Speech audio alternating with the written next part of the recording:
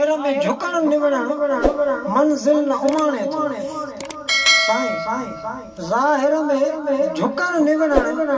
मंजिल न उमाणे थो वल्लाहि विलायत विजदान जे सजदन सुभान अल्लाह ज़ाहिर में झुकण निवणण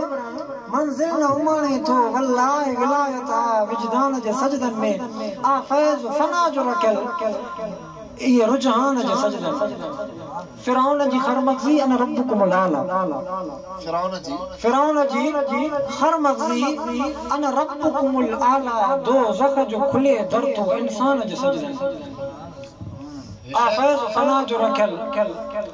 रुझान जे सजदन सुभान अल्लाह शायद जज्बो न तो अचे अल्लाह जे सजदे जो इनकार कुफ्र तॾहिं अल्लाह जे सजदे जो इनकार कुफ्र तॾहिं वाजिब करण सजदो क़ुरान जे सजदे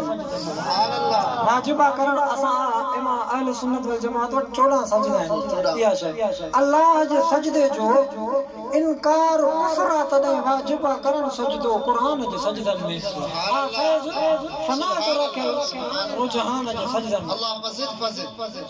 एक पासे ना तीर हलन बे पासे ना तलवार एक पासे ना तीर हलन बे पासे ना तलवार हूं दो मज़ो अहरन मैदान जे सजदन सुभान अल्लाह हुसैनी किरदार सुभान अल्लाह एक पासे ना तीर हलन बे पासे ना तलवार हूं दो मज़ो अहरन मैदान जे सजदन में फना जो रखियल रुझान जे सजदन में मस्जिद में मलाइक मस्जिद में मलाइक थी वे हण मना आहे मस्जिद में मलाइक थी वे हण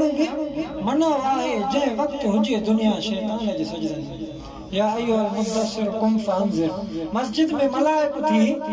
वे हण मना आहे जे वक्त हुजे दुनिया शैतान जे सजदन में आ फैज़ फना जो रखियल रुझान जे सजदन में अल्लाह नज़र तो अचे ईमान जे सजदन में हाले जब सैफुल्लाह छो बेन का गिरव घुर्जे अल यदुल उलिया खैर मिन यद सुफला यानी कि साल छो बेन का गजे हाले जब सैफुल्लाह छो बेन का गिरव घुर्जे संसार मिली तो वने सुभान जे सजदन सुभान अल्लाह इरशाद हाले जब सैफुल्लाह छो बेन का गिरव घुर्जे संसार मिली तो वने सुभान जे सजदन में संसार मिली तो वने सुभान जे सजदन में आ फैज़ फना जो रखियल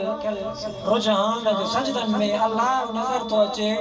ईमान जे सजदन